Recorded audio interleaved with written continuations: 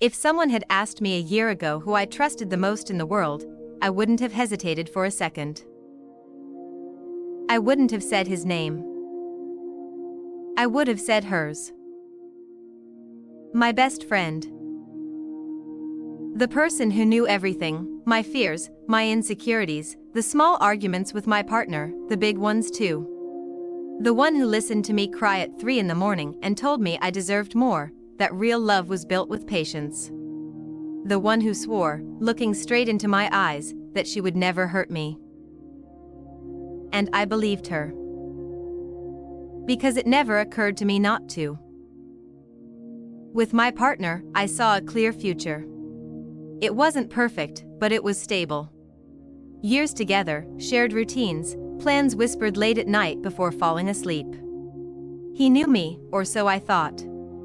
And she was always there, celebrating our wins, sitting on our couch as if it were her own home.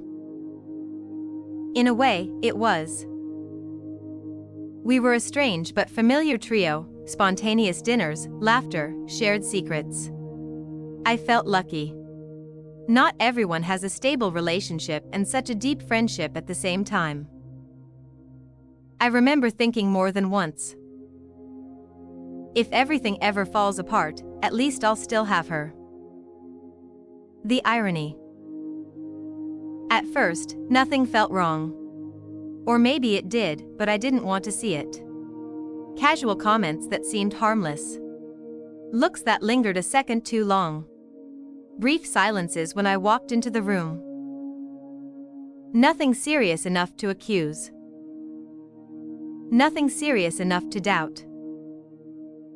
Or so I kept telling myself. She knew exactly when I was fragile. She knew what to say to calm me down. She knew which parts of me were broken, because I had shown them to her without hesitation. I never imagined someone could use that against me. The night everything began to crack was an ordinary night. Too ordinary. One of those nights you forget, until it becomes the beginning of everything. The three of us were together. Laughing. Talking about nothing important. I went to the bathroom and left my phone on the table. When I came back, the atmosphere had changed. It wasn't obvious. It was something in the air. They stopped talking all at once. She avoided my eyes. He smiled, too late. Is something wrong? I asked, half joking. Nothing, they both said at the same time. Nothing. That was the first lie. That night, when I went to bed, I couldn't sleep. I didn't know why. I just felt an unexplainable discomfort, a pressure in my chest I couldn't name. I told myself I was overthinking. That trust also meant not suspecting without proof. I turned off the light, convinced everything was fine. Without knowing that, in that moment, my world was already starting to fall apart. And that the person who comforted me the most was the same person helping to destroy me. After that night, nothing changed. And at the same time, everything did. We kept talking, laughing, living our routine. But I started noticing small things. So small that I felt embarrassed even thinking about them. Details that, on their own, meant nothing. But together, they began to form a picture I didn't want to look at. She texted me less. Or rather, she replied less, but she was always online. When I told her something personal, she didn't react the same way anymore. Before, she would get upset for me, take my side without hesitation. Now she listened in silence. Sometimes she even defended him. I don't think he did it with bad intentions, she told me once. You've been really sensitive lately. That sentence hurt more than it should have. Not because of what it said, but because of who said it. He changed too. Not suddenly. Subtly. As if he had become more careful. More attentive, just not with me. His phone was always face down. He would get up to answer messages. He smiled at the screen, and when I asked, he said, "Nothing important." Nothing important. Again. One afternoon, without thinking too much about it, I texted her. I asked if she wanted to come over. It took her hours to reply. When she finally did, it was short. "I can't today, I'm tired." Minutes later, he told me he was going out for a bit. That he needed to clear his head. I didn't ask with whom. I didn't want to seem insecure. But something inside me tightened. That night, while he was gone, I opened social media without any real purpose. Just to distract myself. And that's when I saw it. A story that lasted only seconds. A reflection in a window. A laugh I recognized far too well. There were no names. No tags. No real proof. Just a cold sensation running through my body. I told myself I was imagining things. That I was being paranoid. That trust was turning into fear for no reason. But the doubt had already been planted. I started remembering old conversations. Moments when she knew things I had never told her. Opinions that sounded like they came from someone too informed. Complicit looks that once felt normal, and now didn't. One night, while she was talking about loyalty and how unforgivable cheating was, I looked into her eyes and felt something strange. Not guilt. Not nerves. Coldness. As if she were playing a role she had rehearsed far too many times. That's when I thought something that scared me more than any suspicion. What if I'm not crazy? What if I've been trusting the two people who are lying to me the most? That same night, I made a decision. I wasn't going to accuse. I wasn't going to confront. I was just going to check one thing. Just one. To put my mind at ease. Or to break myself completely. I never imagined which one it would be. I didn't plan it. I didn't wake up that day thinking, today I'll find out the truth. It just happened. He was in the shower. The sound of running water filled the bathroom, and I was sitting on the bed, scrolling through my phone without really seeing anything. His phone vibrated on the nightstand. Once. Then again. I didn't grab it right away. I stared at it as if it were something dangerous. Like touching it would cross an invisible line with no way back. I had always promised myself I would never go through my partner's phone. Because I believed trust wasn't demanded, it was given.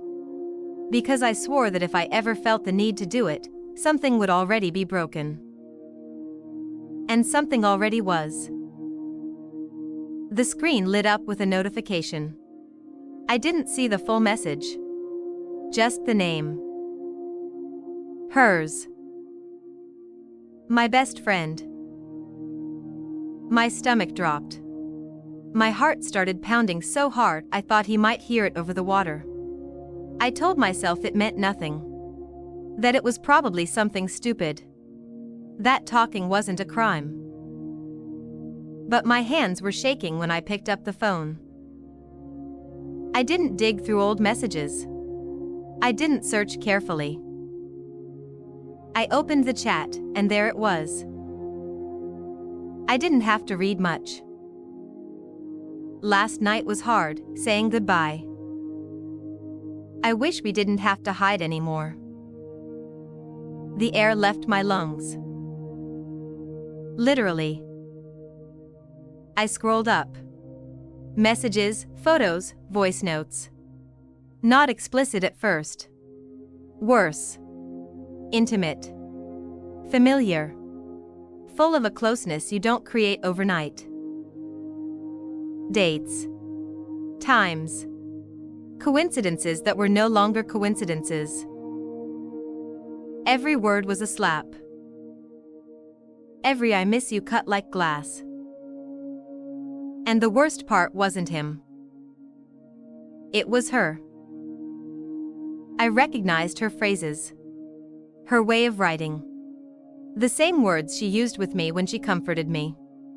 The same expressions she used when talking about love, respect, loyalty. Messages sent after our phone calls. Voice notes recorded minutes after telling me she loved me. Everything clicked at once. The absences. The excuses. The looks. I felt nauseous. I stood up, unsteady, as if the floor had stopped being solid. I pressed my hand against the wall to keep from falling. The water kept running, indifferent, as if my world hadn't just collapsed. In that moment, I understood something that hurt more than the cheating itself. She knew exactly what she was doing. She knew who she was betraying. And she did it anyway. When he came out of the shower, he found me sitting on the edge of the bed, his phone in my hands. I didn't say anything. I didn't cry. I didn't scream. I just looked at him. And in his face, I saw everything I needed to know. The silence was the confirmation. But the worst was still coming. Because knowing the truth isn't the same as hearing it from their mouths. And I still had to face her. Face to face. The person who knew every one of my wounds. And chose to be the one who reopened them. I don't remember how much time passed before I moved again. Minutes. Maybe hours. The silence between us was so heavy it felt physical. He tried to speak. Said my name. Once. Twice. I didn't let him. Get dressed, I said. We're going to see her. His face went pale. And in that moment, I knew. There was no misunderstanding left. No innocent explanation. The drive to her place felt unreal. No one spoke. I stared out the window without seeing anything, replaying every conversation, every laugh, every piece of advice she had given me while sleeping with my partner behind my back. When she opened the door and saw the two of us standing there together, she knew. She didn't ask what was wrong. She didn't pretend to be surprised. She looked down. That hurt more than any confession. Say it, I told her. Look at me and say it. She started crying immediately. Clean, practiced tears. The same ones she used with me when life felt heavy. She said it wasn't what I thought. That it just happened. That at first it was confusing. That she never meant to hurt me. Never. He tried to step in. Said it was his fault. That she wasn't to blame. That I didn't understand the full context. The context. I wanted to scream. Break something. Disappear. But what came out instead was a simple question, barely a whisper. How long? She hesitated. 1 second too long. Months, he said. Months. Months of looking me in the eyes. Months of listening to my fears. Months of sleeping peacefully knowing I trusted her completely. Something inside me shattered for good. Did you use what I told you? I asked her. My insecurities? My fights? My doubts? She didn't answer. She didn't need to. Silence was cruel enough. That's when I understood everything. They didn't just betray me. They studied me. Took me apart piece by piece. Used my trust as a roadmap. I stood up. My hands were shaking, but my voice wasn't. Today I didn't just lose a partner, I said. I lost the person I thought was my home. She tried to step closer. Tried to tell me I would always matter. That she didn't want to lose me. I laughed. A dry, empty sound. You already lost me, I said. The day you chose to be the other woman. I walked out without looking back. Outside, the cold air hit my face, and for the first time since it all began, I cried. Not just from sadness, but from rage, humiliation, and brutal clarity. I thought that was rock bottom. That it couldn't hurt more than that.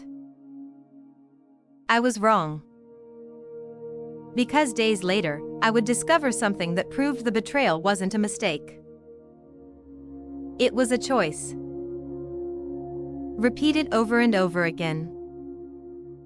The days that followed blurred together. I stopped answering calls. I left messages unread. I stayed inside with the curtains drawn, as if darkness could protect me from what I already knew. But the truth always finds its way back. One night, without looking for it, I found something else. An old message, forwarded by someone who didn't know the whole story. A conversation between them, dated far earlier than what they had admitted. Not months. Years. Years of stolen looks. Years of accidental encounters. Years of her holding me while already living a parallel life with my partner. What hit me the hardest wasn't the pain. It was the clarity. None of it was a mistake. None of it was impulsive. Every part of it was a conscious choice. And strangely, that gave me peace. I stopped asking myself what I did wrong. I stopped searching my own flaws for the reason behind their betrayal. Because I finally understood something fundamental. Loyalty isn't lost by accident. It's broken by decision. I cut all contact. Blocked numbers. Closed doors. Not out of revenge, but out of survival. I had to learn how to be alone with a version of myself that was no longer naive, but not broken either. I was awake. I learned to listen to my intuition again. That quiet voice I had silenced so I wouldn't seem dramatic. So I wouldn't make anyone uncomfortable. So I wouldn't doubt the people who swore they loved me. Rebuilding wasn't fast. Some days, anger came back. Other days, sadness felt heavier than my body. But little by little, I began to recognize myself in the mirror again. Not as the woman who was betrayed, but as the woman who survived the deepest betrayal. Now I know that losing them was a wound. But staying would have been a sentence. And if anyone reading this feels that tightness in their chest, that doubt they keep pushing away, I can only say this. The truth hurts. But living a lie hurts more. Because when your best friend is the other woman, you don't just lose people. You lose a version of yourself. And you gain another, one that is stronger, clearer, and finally free.